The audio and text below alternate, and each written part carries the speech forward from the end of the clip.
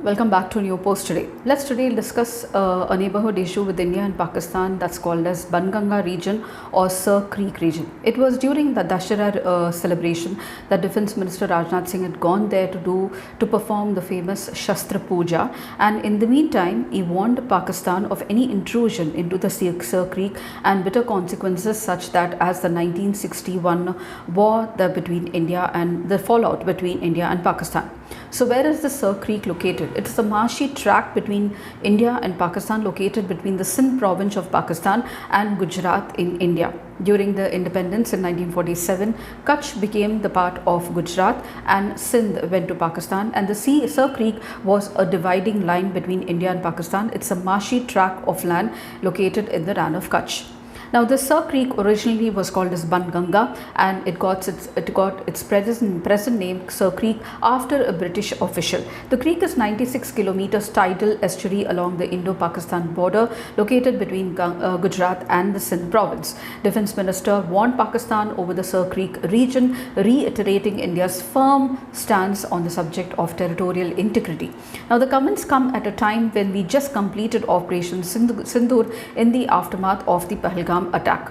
So what exactly is this Sir Creek region? It is a region, marshy tract, which flows into the Arabian Sea and lies at the heart of a prolonged dispute between India and Pakistan, dispute over maritime boundaries, control over natural resources and strategic dominance. Let me tell you, it is located at the head of two important ports, that is Port Bandar and Kandla port, with the Mundra and the Kandla, which are in Gujarat and sit at the head of the tradeway in the Arabian Sea. It also lies on a rich resource of petroleum and natural gas on the continental shelf of Arabian Sea bordering India, and also is very important strategically from the security point of view, because during the Mumbai 6/11 attacks, the terrorists actually used this place to intrude into India. Sir Creek dispute stems from the varying interpretations of the colonial era boundary between both the nations. The matter is compounded by changing course of the river.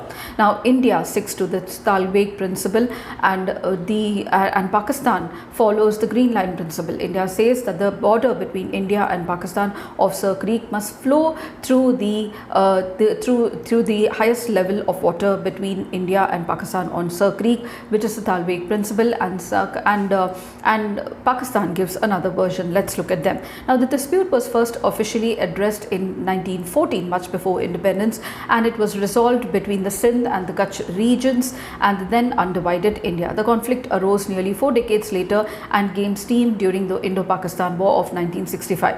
After Pakistan was defeated in the 1965 war, the Rann of Kutch Sir Creek dispute went to the UN Tribunal also, and under the 1965 agreement for the determination of the border, both the nations agreed for establishment of a tribunal to give a final determination of the boundary. The study of the Durban University says the tribunal order agreed with 90% of India's claims in the Rann of Kutch region and conceded only small sectors to Pakistan. According to the India-Pakistan Western Boundary Tribunal report of 1968, this agreement leaves out of matters submitted to the tribunal and the portion of boundary between the blue dotted line as depicted on India map and the Pakistan resolution map, as well as the boundary in Sir Creek. While Pakistan cites a 1914 resolution and argues that if it is viewed as a marsh, swamp or a desert, the Rann of Kutch acts as a wider natural barrier and should be equitably divided between India and Pakistan by a median line. India, on the other hand, cites a revision of the resolution in 1925 to assert its claim. It directly impacts the maritime boundary delimitation and also the exclusive economic zone in the Arabian Sea. Exclusive economic zone is an area from the coastline 200 nautical miles or 306 kilometers from the coast into the sea, where the nations have control and sovereignty over the resources. Now, the exclusive economic zone, an area of the ocean, as I told you, extends 200 nautical miles into the territorial sea, within which both the countries will have jurisdiction over the living and the non-living resources. Therefore, any dispute over the Sir Creek is going to affect the exclusive economic zone control between India and Pakistan. Control over this estuary influences access to key sea routes, including the road to Karachi, as Rajnath Singh has warned, making Sir Creek strategically significant for the national security and military planning as well. Pakistan has escalated its military infrastructure, according to reports, prompting India to set up its defences, including the Border Security Force and the Navy as well. Now, the tribunal examined extensively historical evidence dating back to the Treaty of 1819 between East India Company and the rules of Kutch. Both parties agreed Kutch boundary had remained unchanged since this treaty.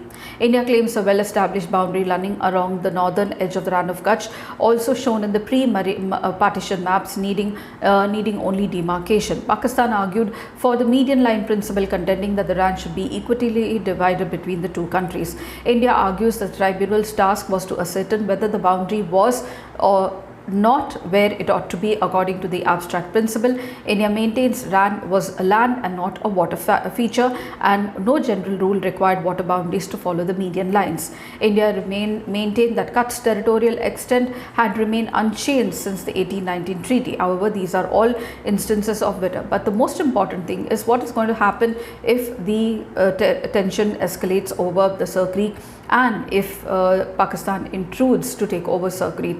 First of all, this region is very, very rich in natural resources, especially petroleum and natural gas. India could lose out on that. It's also a pathway to many important maritime trade routes sitting on the head of the Indian Ocean.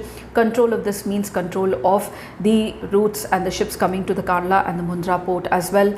The third one is that it's a very important area for fishing, for fishermen, especially as it sits on the continental shelf. Rich fisheries in the region often lead to fishermen violating the maritime boundary and also leading into jails of each other's country, and therefore any dispute will definitely affect the fishermen rights as well.